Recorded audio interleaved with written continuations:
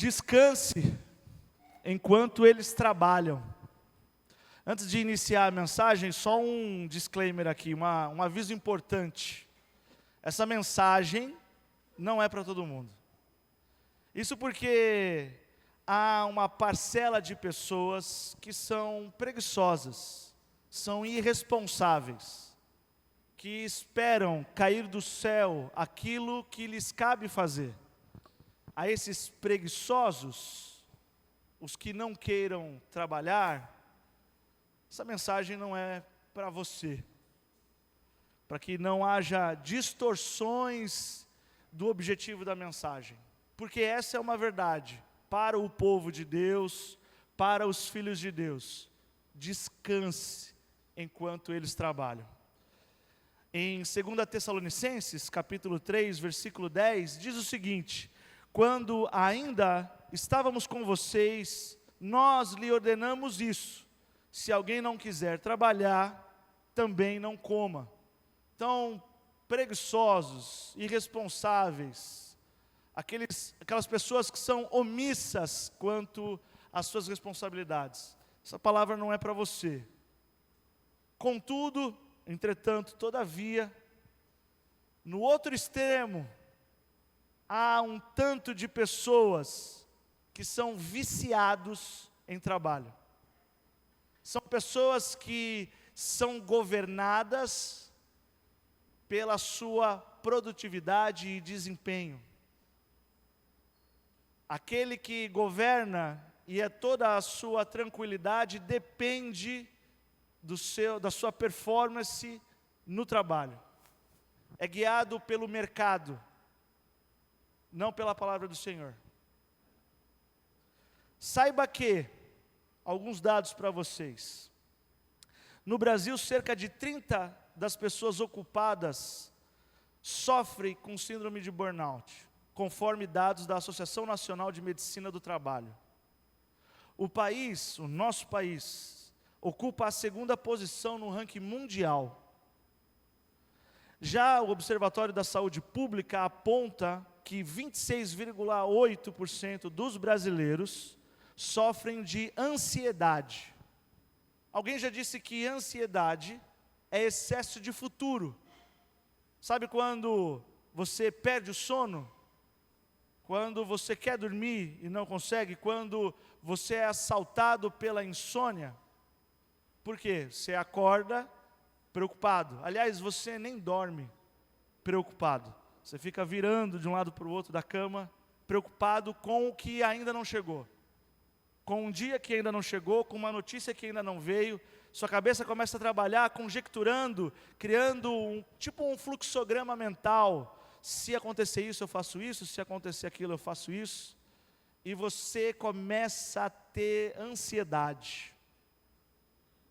Algumas pessoas acreditam que ficar demasiadamente pensando no futuro torna essas pessoas visionárias. Muitos acreditam que têm a visão no futuro. E eu vou trabalhar hoje que não. Elas têm o coração no futuro. Mas isso eu vou explicar mais para frente. Agora sim, boa noite. Quero convidar você a abrir a sua Bíblia nos Salmos, capítulo 127.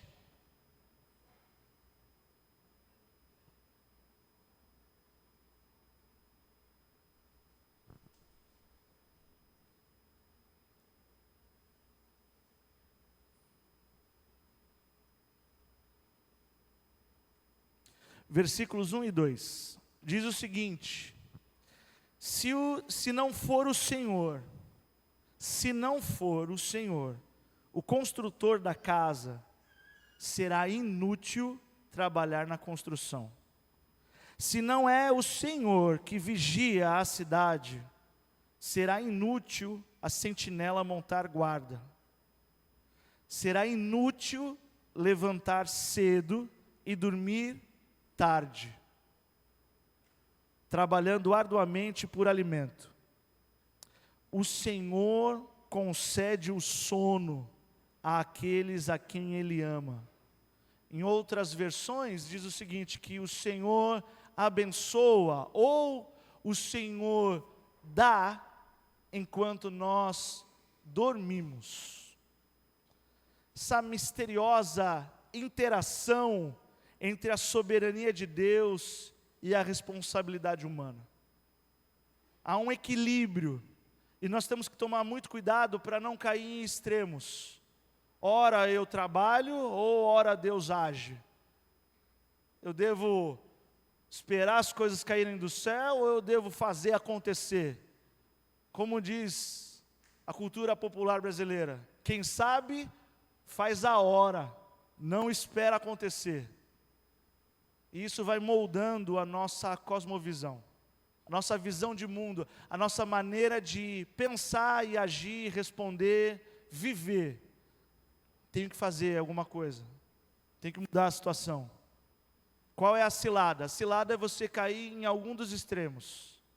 Ou você não fazer nada, como se você fosse um parasita, ou você se tornar um viciado em trabalho, e apesar de buscar a Deus, você se torna o Senhor que governa a sua vida.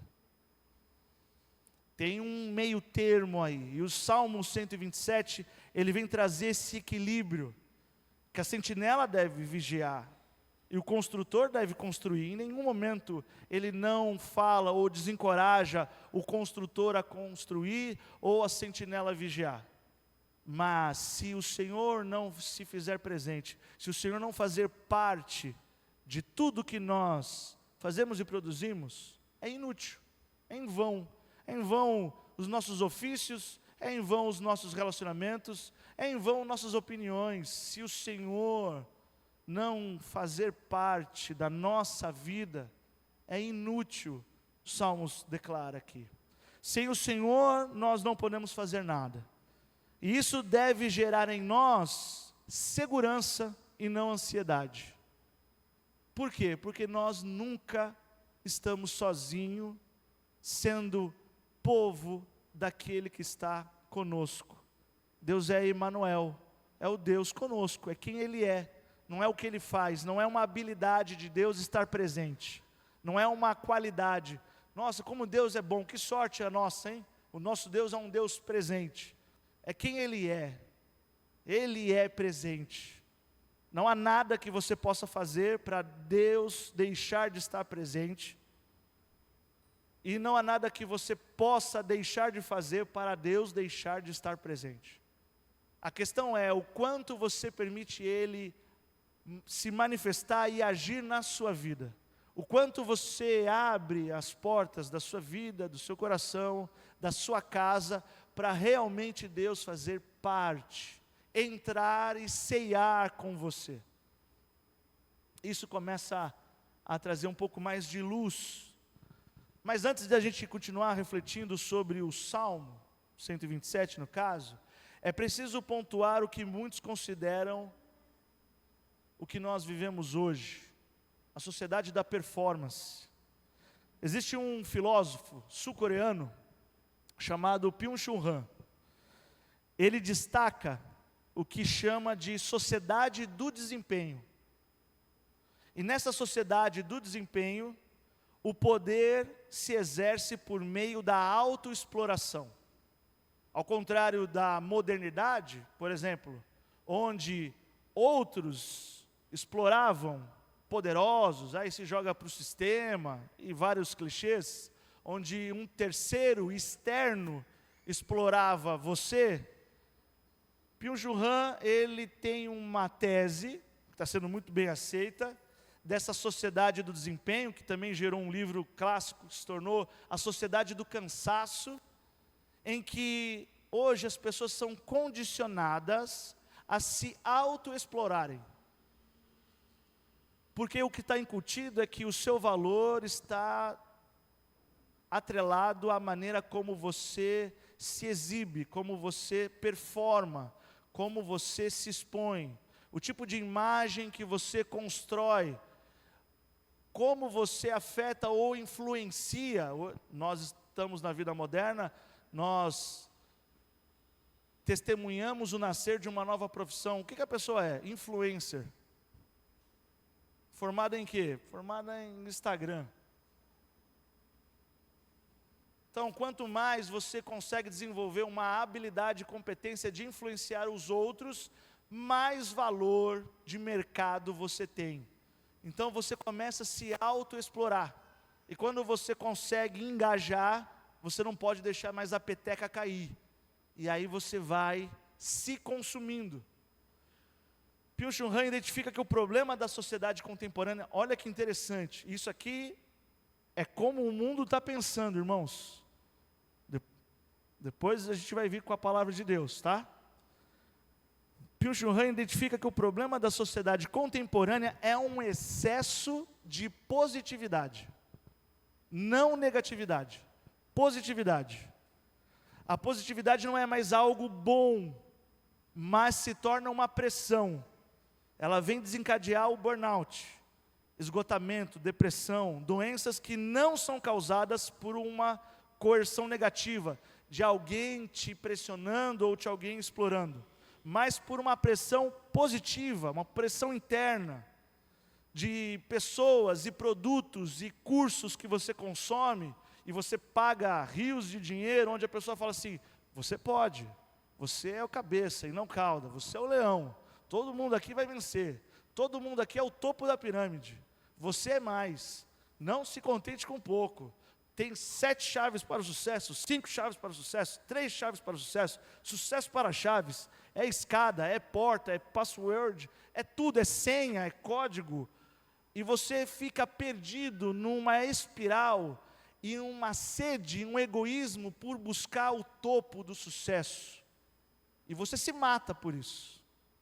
Interessante que algumas pessoas exploram essa sede que as pessoas têm por se autoafirmarem, e teve uma época muito interessante, que até em razão da pandemia, dos tempos pandêmicos, muita gente fazendo lives no Instagram, no YouTube, normal até aí, mas teve um que quis fazer um diferencial. Vou fazer na madrugada, em um horário quebrado, eu não lembro o horário, mas tipo assim, era 4h59. Mas por que 4h59? Para chamar a sua atenção. Aí sabe o que acontecia? O camarada acordava 4h59. Porque ele vai ensinar agora como enriquecer, como eu vou vencer, agora vai.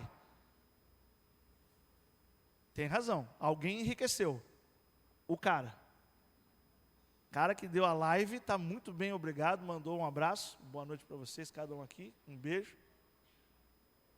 Mas isso se tornou frenético, essa sociedade do desempenho, então todo mundo, e se tornou tão neurótico, que as pessoas começaram a sentir culpa por momentos de descanso. É como se alguém chegasse e perguntasse para você, e aí, como você está? Se você falasse assim, estou tranquilo, parece que é feio falar. O que as pessoas falam? Tudo bem? Estou na correria. É, mais ou menos assim, a maioria vai falar isso. Gente, olha, está corrido, hein? E o pior, se vocês perguntassem para mim, como foi a minha semana, adivinha o que eu ia falar? Semana foi punk, foi corrida. Porque se tornou bonito falar que nós estamos nos acabando com nós mesmos. Se tornou socialmente aceitável, digno de reconhecimento, uma pessoa trabalhar de segunda a segunda e não ter tempo mais para si, para os seus, para com quem realmente importa, a sua família. Se tornou aceitável crianças se educarem sozinhas, porque os pais o pai e a mãe estão ausentes. Saem antes deles acordarem e quando retornam eles já estão dormindo. Se tornou normal. Se tornou normal rede social, YouTube, jogo. Se tornou normal um jogo educar nossas crianças. Irmãos, se tornou normal. Não é normal. Chegamos nessa época de falar obviedades, né? Teve um jogo infantil que fez uma parceria com o Tinder. Teve um jogo infantil que fez uma parceria com o Tinder. Jogo de criança fez uma parceria com um aplicativo de relacionamento. E cadê o adulto da história? Porque a gente não pode parar. A gente tem que produzir. A gente tem conta para pagar. A gente não pode respirar. E quem não para descansar também não para pensar. E quem não para pensar é altamente vulnerável à exploração, manipulação e lavagem cerebral. Se torna presa fácil daqueles que pensam como ganhar, lucrar em cima das pessoas que não param. As pessoas hoje, quando conseguem uma folga, arrumam alguma coisa para fazer. Porque é quase que se sentir deslocado. Por quê? Nós não podemos ser associados a pessoas que são preguiçosas, que não querem fazer nada da vida, que são pessoas encostadas. Lógico que não. Mas entende essa coisa automática da polarização? Ou é um ou é outro. Como a nossa sociedade cada vez mais está desequilibrada. Não tem mais bom senso. Não tem mais o meio termo. Ou você é um ou você é outro. Ou você está assim ou você está lá. O saldo disso tudo é frustração. O saldo disso tudo é esgotamento. São esses dados que a gente viu. De ansiedade, aflição, insônia. A indústria de medicamentos para a saúde emocional está muito bem, obrigado também. Os donos, os empresários agradeceram, mandaram uma boa noite para vocês. Há uma afirmação desse filósofo, que ele diz que o cansaço na sociedade do desempenho é um cansaço próprio, é um cansaço a sós, porque a autoexploração leva ao isolamento e à solidão. A autoexploração leva ao isolamento e à solidão. Se você chegar para alguém e falar assim, você quer viver na solidão? A pessoa vai falar assim, não quero. Se você chegar e perguntar para alguém, você quer ser uma pessoa isolada? Ela vai falar provavelmente, não quero, isso não vai acontecer nunca comigo. Só que se você não parar para descansar, você não vai ter tempo para as suas relações pessoais. Você vai se tornar cada vez mais uma máquina. E quando sobra algum tempo, você desliga. E esse sono aqui, ó, não tem qualidade, tá? É um desligar mesmo. Aquele 10% de bateria. Não temos mais qualidades. E isso é um absurdo para o povo de Deus. Por isso que eu iniciei falando que essa mensagem não é para todo mundo, mas para discípulos de Jesus, onde Deus deu jeito. A única coisa que não tem jeito, meu pai tem um hábito, quando ele pede alguma coisa para mim ou para o meu irmão fazer, e a gente não conseguia, ele falava, tenta de novo. Tem jeito. A única coisa que não tem jeito é para a morte. Deus deu um jeito na morte. Então, ao povo de Deus, que vive sob suas asas, que conhece que um dos nomes de Deus é Jeová Jiré, o Deus provedor, não tem cabimento esses dados. Não tem cabimento a intranquilidade. Não tem cabimento o desassossego, o desespero. Sabe o que significa desespero sem esperança? Desespero é você não ter esperança. Você não tem o que esperar. Isso não cabe no seio da igreja. Porque a igreja é o povo que espera o retorno do seu Senhor. É o mais essencial do povo de Deus. Nós aguardamos o retorno, nós carregamos uma mensagem de esperança, que não deve ser só um discurso ou textual, deve ser um testemunho vívido, algo claro que as pessoas venham a observar na nossa vida. Como que essa pessoa consegue dormir no meio da tempestade? É um testemunho público nosso, como povo de Deus. Eu sei que o meu Redentor vive. Isso deve nos trazer, não ansiedade, mas segurança. Nessa solidão em que as pessoas se metem, Byung-Chul Han, ele associa isso a uma violência emocional que destrói a comunidade, porque cada um está correndo para fazer o seu, e destrói a proximidade. E aí você vai para a palavra de Deus, e uma das coisas, e virtudes, e beleza do povo de Deus é o tempo de mesa. Deus estimula que nós sejamos hospitaleiros. Mas eu tenho tempo para me preocupar com hospitalidade? A pergunta não é essa. A pergunta é: você prioriza tempo para se preocupar com o que o teu Deus diz para você? Ou você está começando a julgar aquilo que Deus revela como importante? Nós começamos a filtrar a palavra de Deus. Aquilo que não nos exige, tudo bem, mas aquilo que nos exige, nós já começamos a abrir mão. A gente já começa a diluir a nossa fé, a diluir a nossa convicção, o nosso conhecimento do que temos já de Deus, para adaptar tudo o que a Bíblia diz à nossa correria. Na verdade, nós queremos adaptar Deus à nossa correria, até porque o que nós cremos no fundo do nosso coração, que Deus entende a vida louca que eu estou vivendo. Ele entende. Mas a questão nunca foi a compreensão de Deus. A questão foi se você crê no que Deus diz para você. E Deus nos ensina a descansar.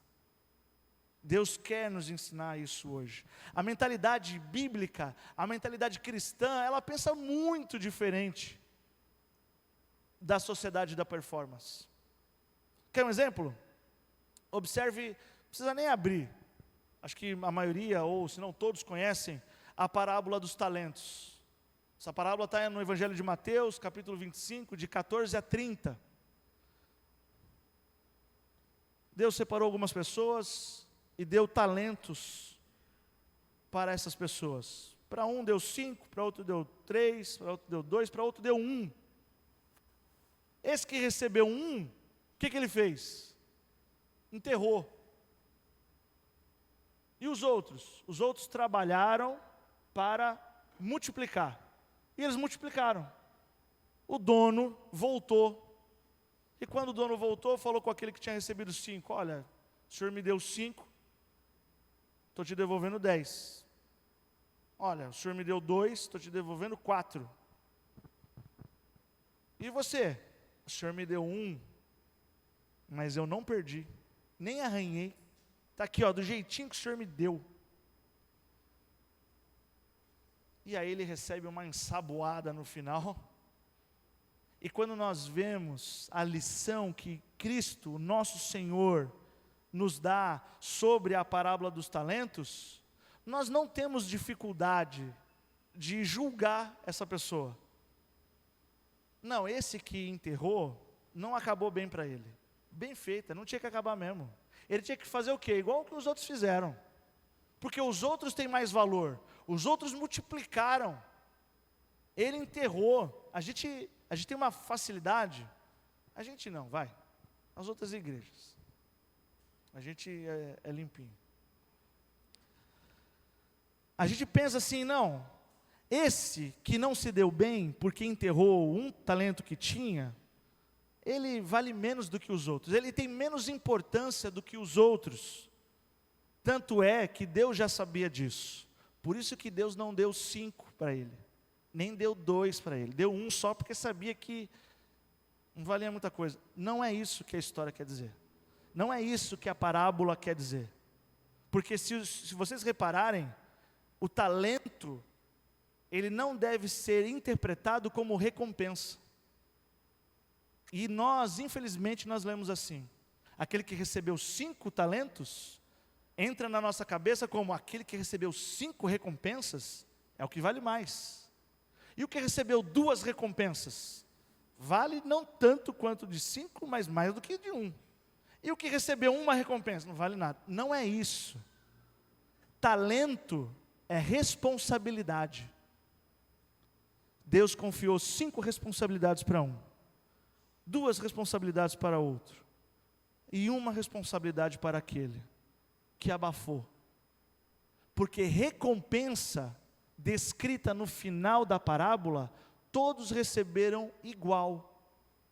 O que tinha 5 responsabilidades e multiplicou por 10, para 10, ele expandiu, ele cresceu, ele não vale mais e por isso teve uma recompensa maior. Ele teve a mesmíssima recompensa do que o outro que recebeu menos e também multiplicou, expandiu, cresceu. Teve a mesmíssima recompensa. Mas nós mensuramos valor pelo status.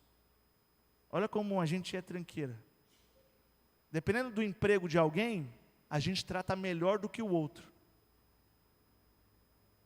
Se a outra pessoa não tem nem emprego, é um desempregado, então a gente nem dá muita atenção. Isso é preconceito, irmão, isso é pecado. Porque nós devemos entender que Cristo Jesus morreu por todos, para que todo aquele que nele crê não pereça, mas tenha vida eterna. A recompensa é a salvação, e isso é para todos. Não devemos mensurar para quem deve ser o mais amado, ou merece mais bênçãos do que o outro. Não devemos confundir com uma lógica de mercado. Não devemos ideologizar nem politizar a mensagem do Evangelho, de um Deus que se fez menor, abriu mão da sua glória para morrer por mim e por você, para que nós possamos ter a oportunidade da mesma recompensa, viver com Ele eternamente.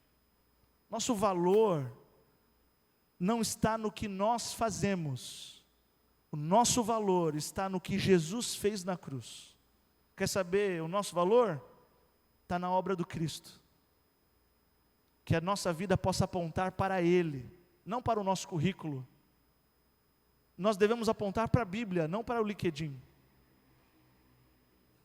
Nós devemos apontar para a graça de Deus, as misericórdias do Senhor que se renovam a cada manhã, não para o meu desempenho. A gente não deve existir na igreja do Senhor você sabe quem eu sou? Você sabe com quem está falando?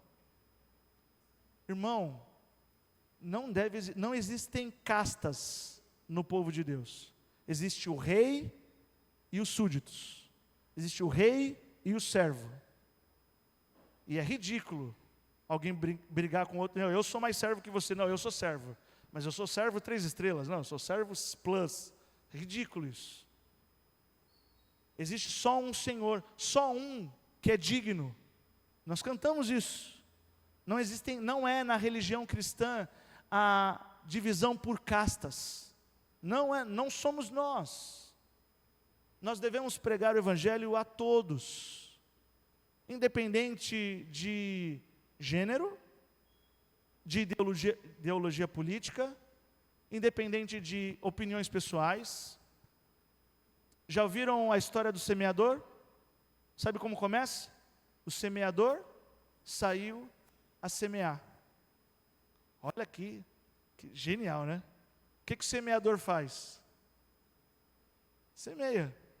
E a história começa como? O semeador saiu a semear. O semeador, se é alguém que trabalha com a terra, ele sabe aonde vai render, aonde ele não vai desperdiçar sementes. Se você conhece alguém que trabalha com agricultura, ele não vai desperdiçar sementes. Ele sabe a época, ele sabe o local, ele sabe aonde vai ter retorno. Mas não é essa a história bíblica. O semeador saiu a semear, e ele semeou até aonde não teve resultado, porque é uma questão que nós somos chamados a testemunhar. Nós recebemos o Espírito Santo de Deus para testemunharmos dele dessa mensagem do Evangelho, dessa graça de Deus, até para mostrar para as pessoas como, por meio do nosso testemunho, como nós conseguimos passar por momentos difíceis. Testemunho do sofrimento. Uma vez eu falei isso com o Gustavo. Traga o seu amigo. Se ele tiver dificuldade de aceitar Jesus, pelo menos ele vai ver como que se sofre direito. Porque a igreja deve ser recheada de testemunhos pessoais, de pessoas que venceram tempestades e outras que dormiram no meio delas. Mas independente da história, todas estão descansando no Cristo Jesus, que tem poder sobre céus, terra e mar. Há uma música que diz: há um lugar de descanso em ti, há um lugar de refrigério em ti, há um lugar de vitórias em meio à guerra. Esse lugar é no Senhor. Não é circunstancial. Descanso não depende da notícia de amanhã. Por vezes nós nos sobrecarregamos buscando firmar e afirmar o nosso valor. Nos tornamos máquinas, fazer mais por menos tempo, não parar, produzir, e assim vislumbrar o quê? Recompensas. Para sermos mais, por sermos mais, começar a olhar. Tem um ditado popular que diz o seguinte: quer conhecer alguém? Dê poder para ele, ou dê dinheiro para ele. A pessoa começa a olhar, não você de igual para igual, ela começa a olhar assim, ó. Oi? Como se ela tivesse algo a mais. Não é, não tem. E se nós temos dificuldade de compreender isso, nós devemos buscar o Senhor em oração. Se nós temos dificuldade de descansar, nós temos que buscar isso em oração. Nosso trabalho, o que produzimos, o que ganhamos, o que conquistamos, tudo deve apontar para as nossas responsabilidades. Isso, sabe como se chama? O princípio da mordomia. Os meus alunos aprenderam sobre isso. Princípio da mordomia. O mordomo, ele dorme nas melhores casas, mas não é dele, é do seu senhor. Ele anda nos melhores carros, mas não é dele, é do seu senhor. Ele come as melhores comidas, mas não é dele, é do seu senhor. Deus nos confiou, isso na teologia cristã chama o princípio da mordomia. Deus nos confiou com dons e talentos e habilidades e competências para cultivar e guardar aonde Deus te plantar. Por exemplo, Deus te plantou aqui na nossa igreja.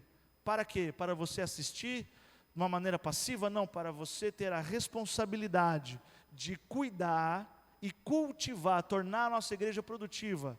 Sua esposa, seus filhos, seu marido, Deus te deu a sua família para você cuidar, proteger e cultivar, tornar produtiva. Seu trabalho, Deus plantou, por incrível que pareça, Deus plantou você no seu trabalho para você cuidar e cultivar. Se o seu trabalho é uma bênção, agradeça a Deus. Se é difícil, peça para Deus abrir os seus olhos espirituais. Porque Deus está olhando para as pessoas com quem você convive e concorda com você. Tem razão, essa pessoa é difícil mesmo. Preciso fazer algo. Imagina Deus falando com você: eu preciso enviar alguém para aquela pessoa. Quem eu posso enviar? Tem razão, aquela pessoa precisa me conhecer. E aí? Quem, amigão? Quem eu envio? Você precisa se colocar à disposição, não apenas para ser um receptáculo de bênçãos, mas para ser ferramenta e instrumento de Deus para revelar a graça dele ao mundo.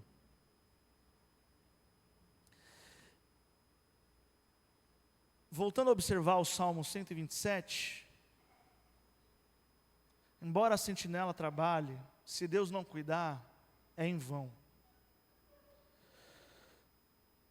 Ou como diz outro ditado popular, né? Juntar dinheiro em saco furado. Já ouviu essa expressão? Pessoa que tem um emprego bom, ganha bem e não tem nada. Como isso? Juntar dinheiro em saco furado, porque não adianta você ter alta performance se o Senhor não guardar sua casa, se o Senhor não guardar seu coração, se o Senhor não guardar seu casamento, se o Senhor não guardar seu coração, sua família, seus relacionamentos. Não adianta depois querer dar um jeitinho, tentar encaixar Deus no balaio de gato que você construiu. Não é assim que funciona. Deus nos confronta, e aí eu creio muito que Deus tem um senso de humor, demais da conta. Deus no Salmo 127, Ele diz explicitamente que Ele nos abençoa enquanto nós dormimos. Isso é um desaforo. Como assim o mundo continua a girar sem eu estar trabalhando? Como assim eu fico apagado algumas horas, eu acordo e está lá todo mundo vivo? Exatamente. Deus não precisa de nós. E para provar para todo mundo, Ele apaga um lado enquanto o outro acorda, depois apaga esse lado enquanto o outro acorda. Deus não precisa de nós para a criação dEle continuar vivendo. Deus nos confronta ao revelar que por vezes nós somos abençoados quando nós estamos fazendo nada. Estamos lá roncando, babando. E Deus está nos abençoando, trabalhando, regenerando, trabalhando no nosso inconsciente, trabalhando no nosso íntimo, falando com a nossa alma. Ele mostra que o mundo continua a funcionar sem a nossa intervenção e que sua bondade e graça não está condicionada a atividades ou escalas de desempenho. Eu brinquei no outro dia num culto de quarta-feira que não existe a ovelha do mês. Vou fazer mais para ter um quadrinho meu lá. Quem sabe o Jay falar, não, esse mês o Léo é a ovelha de dezembro. Não tem isso, irmãos. Não tem pontuação, não tem ranking, não tem. Descanso, irmãos, é um mandamento. Mandamento vem de mandar. Deus manda nós descansarmos. Isso Ele começou a ensinar ao seu povo lá no Antigo Testamento. Sabe por que é um mandamento? Sabe por que Deus teve que mandar você descansar? Porque naturalmente, se Ele não mandasse, a gente nunca iria descansar. Ele mandando, a gente já tem dificuldade. Descanso é um mandamento.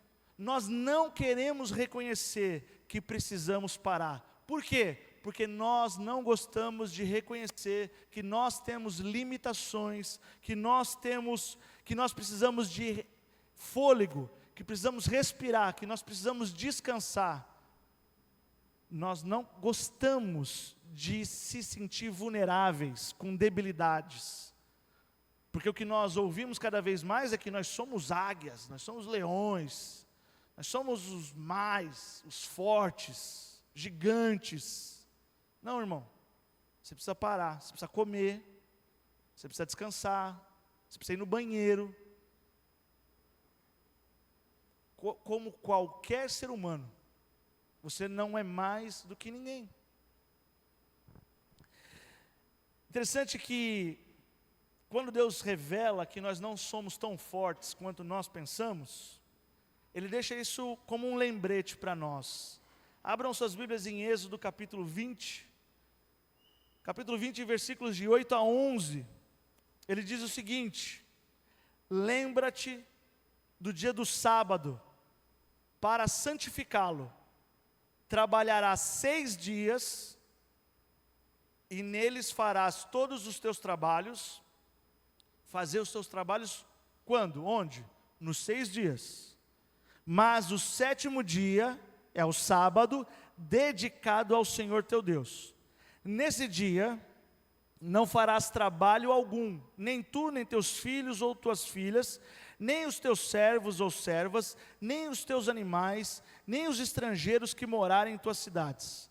Pois em 6 dias o Senhor fez os céus e a terra, o mar e tudo que nele existe, mas no 7º dia descansou. Portanto, o Senhor abençoou o 7º dia e o santificou. Tornou esse dia exclusivo para quê? Descanso. Vale pontuar que o mandamento do sábado não é mais observado cerimonialmente, porém o seu princípio moral permanece. Nós temos que saber interpretar. Deus, por exemplo, ele descansou no 7º dia não porque Deus ficou cansado. Deus pedagogicamente mostrou que nós devemos trabalhar 6 dias e no 7º dedicar ao Senhor. Nós devemos parar, nós devemos descansar. O Shabá, no original, significa cessar, parar, descanso completo. Uma das traduções, um dos significados de Shabat é descanso completo. Interessante a complementação, né? O completo. Porque não é um descanso meia boca, não é um cochilo de 15 minutos. É parar. É um descanso completo. Shabat é uma transliteração da palavra hebraica para repouso. Precisamos trabalhar? Claro que sim. Claro que sim. Precisamos trabalhar. Mas também é necessário discernir os tempos. Ter discernimento, irmãos. Priorizar o descanso. Descanso é um ato de obediência. Se você entende que Deus nos manda descansar, não descansar é desobediência. Portanto, descanso é um ato de obediência. Há uma frase atribuída a John Wesley que diz o seguinte: eu não posso pregar a verdade sempre. É preciso parar para me alimentar dela. Se você não tiver momentos de pausa, você só vai ser consumido pela demanda. Se você não se respeitar, não respeitar os seus limites, você vai se esvaindo, vai ficar sobrecarregado, ansioso, aflito, com insônia. E, se não for, de arrasta para cima. Quando disse, lá no começo da mensagem, que muitos pensam que estão com os olhos no futuro, e por isso se percebem como visionários, é preciso cautela aqui. Por quê? Geralmente é o coração dessas pessoas que estão lá na frente, e por isso, porque as suas emoções estão projetadas em situações que ainda não aconteceram, elas vivem em aflição, vivem em ansiedade, vivem com insônia e não encontram onde possam repousar suas emoções. Não tem, é como se o seu coração estivesse pegando fogo e você não tem aonde depositar. O que eu faço com esse meu coração se acontecer isso? O que eu faço com o meu coração se acontecer aquilo? O que eu faço com o meu coração se não acontecer nada? E aí fica queimando na sua mão, e aí você não dorme. Você precisa achar alguém em que você possa entregar o seu coração. Olha, cuida para mim que eu não estou conseguindo lidar com ele. Você precisa achar esse abrigo. Isso deve ser tão natural para o povo de Deus. Porque eu olho para o monte, de onde me virá o socorro. Quando nós não temos para onde enxergar, irmão, levanta a cabeça. Olha para cima. Se olhar para a direita, está complicado, e para a esquerda está complicado. Se correr o bicho pega, se ficar o bicho come. Olha para cima. Descansa. O seu socorro virá. O seu socorro vem do Senhor, que fez os céus e a terra. Calma. Calma. Na Bíblia, o antônimo de descanso não é trabalho. O antônimo de descanso não é trabalho, é inquietação. Por isso que eu não estou falando contra o trabalho. Eu não estou falando contra o trabalho. Eu estou falando contra a inquietação que há você que quer resolver todo o seu destino com a força do seu braço. Você vai se frustrar, vai ficar ansioso e vai deixar de dormir em paz. Não dá, porque nós vivemos num mundo corrompido pelo pecado, em queda. Nós vivemos num meio onde há injustiça, aflição, dor, tragédia. Se não fosse assim, não precisaríamos de um Salvador. O mundo é mau, a vida é difícil. Isso não é novidade para ninguém. Mas não tem como nós resolvermos essa conta, a conta não fecha. Nós precisamos nos render ao Deus que nos abençoa quando nós pedimos, mas também nos abençoa quando nós estamos até dormindo. Que Pai amoroso, que cuida de nós. Quem tem filho ou filha, já viveu aquela cena clássica do seu pequeno dormir, está sentindo frio, o que você faz? Você estende a coberta. Ele não vai te agradecer, porque ele está dormindo. Ele não sabe o cuidado que você está tendo com ele. Ou então, quando ele está dormindo de mau jeito, você ajeita para ele dormir confortavelmente. Ele não sabe, ele não vai te agradecer, mas você está abençoando o seu filho enquanto ele está dormindo. Se você, que não vale muita coisa, consegue ter esse ato de bondade, quanto mais Deus, quanto mais o Senhor, que nos abençoa enquanto nós dormimos. Precisamos adquirir a prática, o hábito de agradecer a Deus pelos livramentos que eu nunca vou saber. Você já teve essa oração? Deus, obrigado por livramentos que eu nunca vou saber, mas eu sei que o Senhor é um Deus bom e fiel, e é um Pai que me ama e é bom o tempo todo. O tempo todo Ele é bom.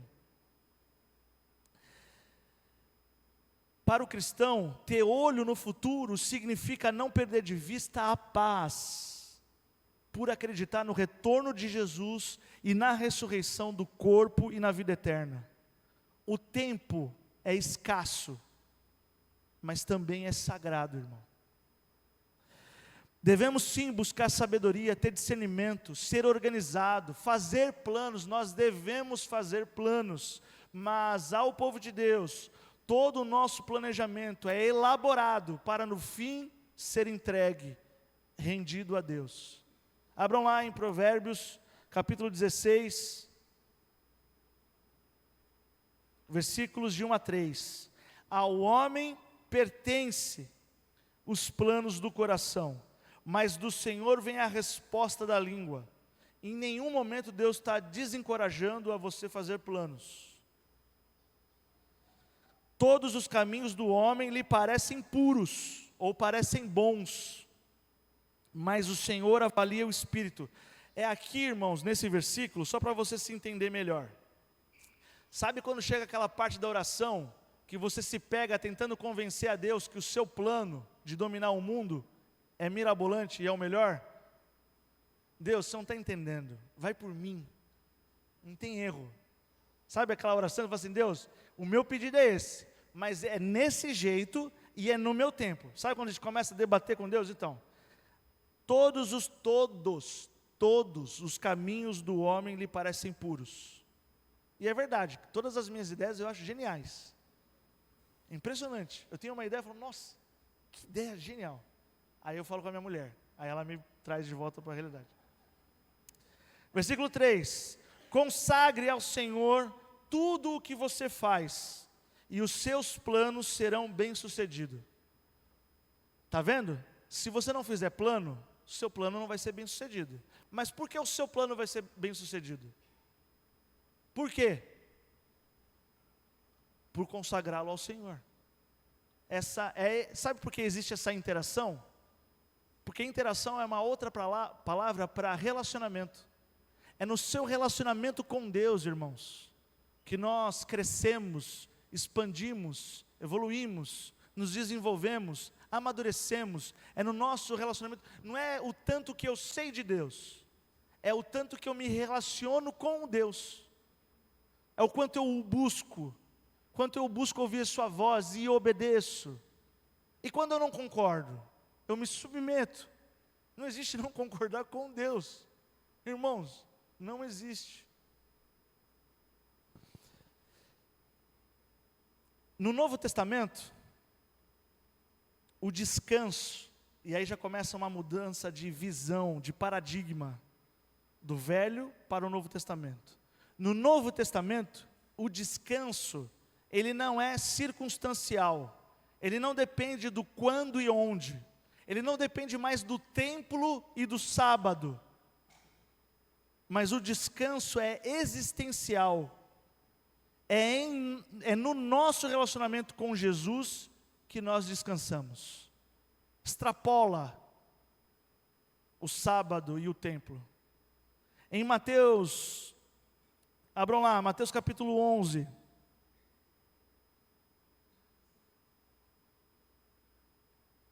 Versículos de 28 a 30. Venham a mim todos os que estão cansados, sobrecarregados, e eu darei descanso a vocês. Deus, olha só, irmãos, está claro assim, tem gente que fala assim, não, a Bíblia é muito difícil de entender, não estou entendendo. Deus está desenhando aqui. Deus quer dar descanso. Não, mas eu não posso descansar, eu me sinto culpado em descansar. Mas como que eu vou descansar? Se eu descansar, vão achar que eu não presto, que eu não valho nada. Não, eu tenho que produzir.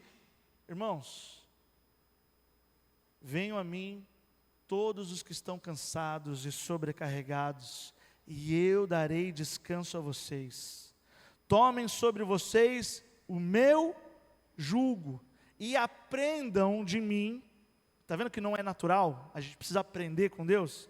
Aprendam de mim, pois eu sou manso e humilde de coração, e vocês encontrarão descanso para suas almas, pois o meu jugo é suave e o meu fardo é leve. Irmão, jugo é um instrumento de trabalho. Sabe o que é jugo? Jugo é que se colocava no boi, era tipo como se fosse um arco de madeira que colocava no pescoço de um boi e no pescoço de outro, e eles iam na lavoura. Sabe por que isso? Não só para fazer a parte de plantação, mas para também eles andarem no mesmo ritmo. Deus não é contra o trabalho, irmãos, porque Deus criou o trabalho antes da queda. O trabalho é uma bênção, só que o descanso também Deus criou antes da queda. O descanso é uma bênção. Nós temos que trabalhar, sim, com Deus e no ritmo de Deus. Por isso que ele está falando, não é no seu ritmo, não é na coisa neurótica e frenética aí de fora. Tome o meu jugo. É isso que Cristo está nos ensinando. Tudo foi distorcido e sofreu com a corrupção do pecado na queda.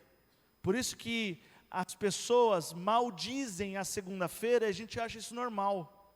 Por que elas maldizem a segunda-feira? Porque vai voltar a trabalhar. Como se o trabalho fosse algo que não fosse uma bênção. E é. Porque Deus criou o trabalho. Gênesis 2:15.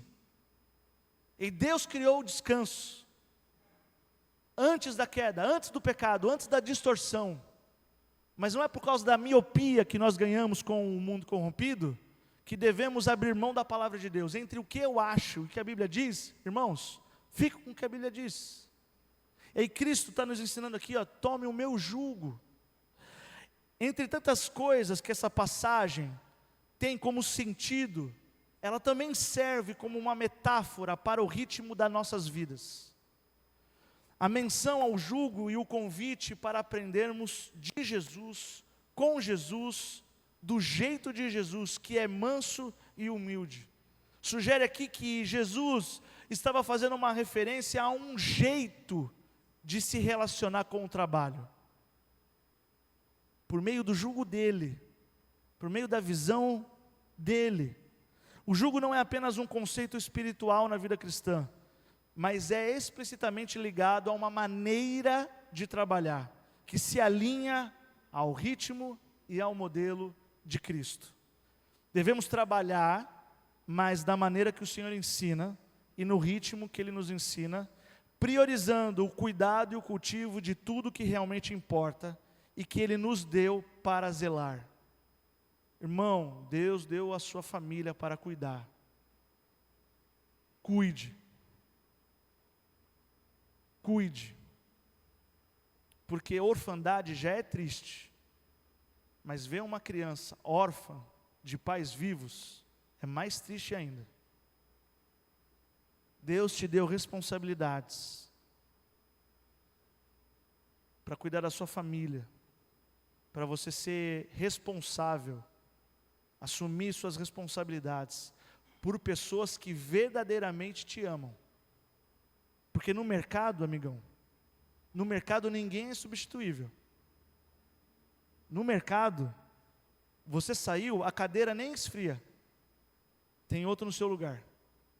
Mas no coração da família, não.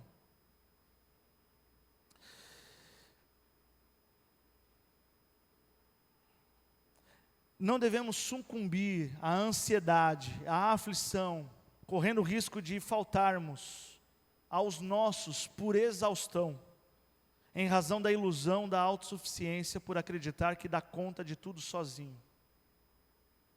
Nós temos essa ilusão.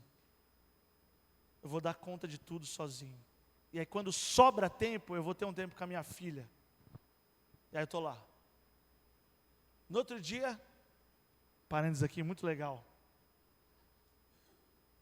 Eu estava tendo uma semana corrida, muito agitada. Não tinha tempo para descansar. Eu tinha um dia de descanso. Eu marquei na agenda. Falei, nesse aqui, ó, eu não vou fazer nada. Esse dia aqui vai ser o dia do São Leonardo. Já tinha separado tudo aqui, ó, na minha cabeça. Vou atualizar minha série, pegar meus livros. O que eu não contava? Eu não contava que justo no dia de São Leonardo ia ter um show de um casal que a Laura é apaixonada. Um show para crianças, que você tem que pular.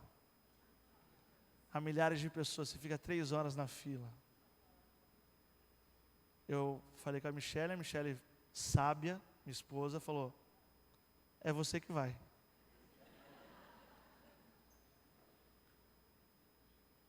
Fomos, eu e Laura. Eu fui pela fé, irmãos, porque eu estava num humor por dentro, tentando alinhar os planetas assim, ó. Amém, eu sou pai, amém, amém. Ficamos lá na fila, a fila é enorme. Aí, fiquei num lugar, assim, ó. Aí falei, poxa, pelo menos estou vendo o palco. De repente, senta um urso na minha frente.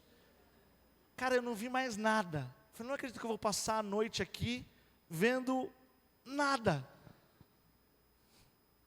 Aí, falei, filha, acho que o papai não vai ver o show, hein? Brinquei com ela. Aí ela, não, pai, fica tranquilo, porque eles convidam a gente para dançar. Falei, poxa, agora eu estou animado, hein? Aí depois do show, eles falaram assim, antes de sair do palco, e a Laura falando, a gente vai tirar foto com todas as crianças. Aí a Laura, pai, a gente não vai embora, né? Sem tirar foto com eles. 3 horas para esperar. Mas eu criei uma memória. E isso não tem valor. Não tem preço, aliás. Valor tem muito, mas não tem preço. Minha filha estava irradiante. E naquele momento, para ela, eu era o melhor pai do mundo. E nós precisamos buscar esses tempos de ser o melhor marido do mundo, a melhor esposa do mundo, os melhores pais do mundo, os melhores filhos do mundo, os melhores funcionários do mundo, os melhores empresários do mundo. Sabe por quê? Porque isso glorifica a Deus. Porque Deus nos confiou talentos, responsabilidades para cuidar e cultivar. Você glorifica o nome de Deus quando você desempenha com excelência tudo aquilo que Deus te confiou. Mas para isso, você não pode viver que nem uma máquina. Você precisa parar para buscar a Deus e ter sensibilidade para ouvir a sua voz. Senão você vai ficar surdo. E por isso que no livro de Apocalipse, uma das expressões que se repetem é: aqueles que têm ouvidos, ouçam o que o Espírito diz às igrejas. Porque você corre o risco de ter ouvidos que não ouve, como ter olhos e não enxergar tudo que Deus já te deu e colocou na sua mão, e você está perdendo, porque você é um ingrato, e só fica com um olho lá na frente, e esquece de agradecer pelo Deus que nos dá o pão de cada dia. Perceba, descanso não é parar de trabalhar, é trabalhar no ritmo de Deus. Tem um pastor chamado Luciano Subirá, não sei quantos conhecem, e eu estava vendo uma entrevista dele, e ele falou um negócio muito interessante. Ele falou o seguinte, que, olha como, ele estava falando que o descanso é espiritual, porque é por fé, é por obediência a Deus que você vai descansar e priorizar, cuidar de você e da sua família, para você não ficar um neurótico. Ele estava falando que o descanso era espiritual, e ele falou o seguinte: isso bate de frente com tudo que é pregado lá fora da igreja. E ele falou o seguinte: sabe que eu aprendi? Que o descanso não sabota a produtividade, ele potencializa. O descanso, irmãos, não sabota a produtividade. Então, quando você pensar, eu não posso parar, porque eu preciso entregar isso, e eu preciso fazer, você já não está fazendo com qualidade, porque você está assim, ó. Agora, se você parar, descansar, respirar, você volta mais criativo, mais disposto, com mais ânimo, com humor, com força.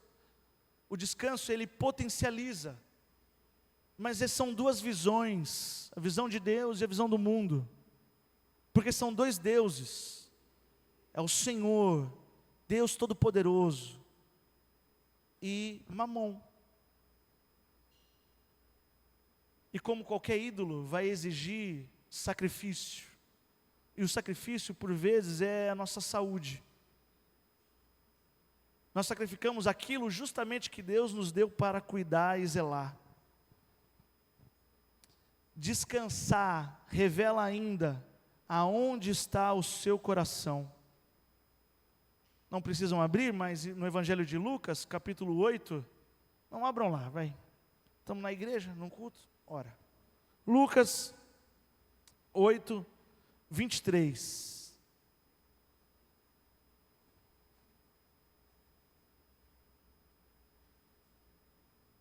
Enquanto navegavam, ele adormeceu. Abateu-se sobre o lago um forte vendaval, de modo que o barco estava sendo inundado, e eles corriam um grande perigo. Irmãos, Deus reconhece o grande perigo. Deus reconhece que o barco estava sendo inundado. Então reparem nisso, eu sei que já foi pregado várias vezes, mas reparem nisso. Todos os argumentos que os discípulos deram para Jesus, eram verdades. Tudo que eles estavam falando para Jesus, Jesus, tem água no barco. Era verdade? É verdade. Jesus, o mar não está para peixe. É verdade? É verdade. Jesus, tem um perigo real de morte. Era verdade? Era verdade. Todos os argumentos para o desespero dos discípulos tinham lógica, eram incontestáveis. Era só olhar o barco. Todos os argumentos dos discípulos tinham razão, eles estavam certos em falar o que eles estavam falando, só que o coração deles não estava no Cristo que estava no barco, e Jesus pedagogicamente ainda estava dormindo. Sabe por quê? Porque Deus é soberano, Deus é soberano. Tem uma música antiga que fala: Tu és soberano sobre a terra, sobre os céus tu és Senhor absoluto.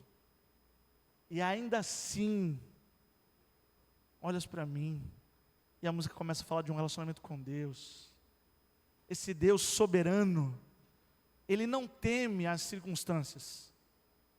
Tudo bem, entrou água no barco. Tudo bem, tem um leão, tem leões na cova. Tudo bem, a fornalha está acesa. Tudo bem, os egípcios estão vindo, é verdade. Mas quem disse que são eles que dão a última palavra?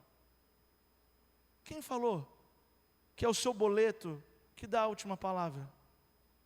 Quem falou que é o seu patrão, o seu chefe que dá a última palavra? Quem foi que te disse que é o mercado, a bolsa de valores que dá a última palavra? Quem falou que a sua salvação depende do noticiário de amanhã? Quem foi que te disse isso? Porque o nosso Deus é o príncipe da paz. Ele é o alfa e Ele é o ômega. Sabe, você já ouviu essa expressão? Ele é o alfa e o ômega, Ele é o início e o fim.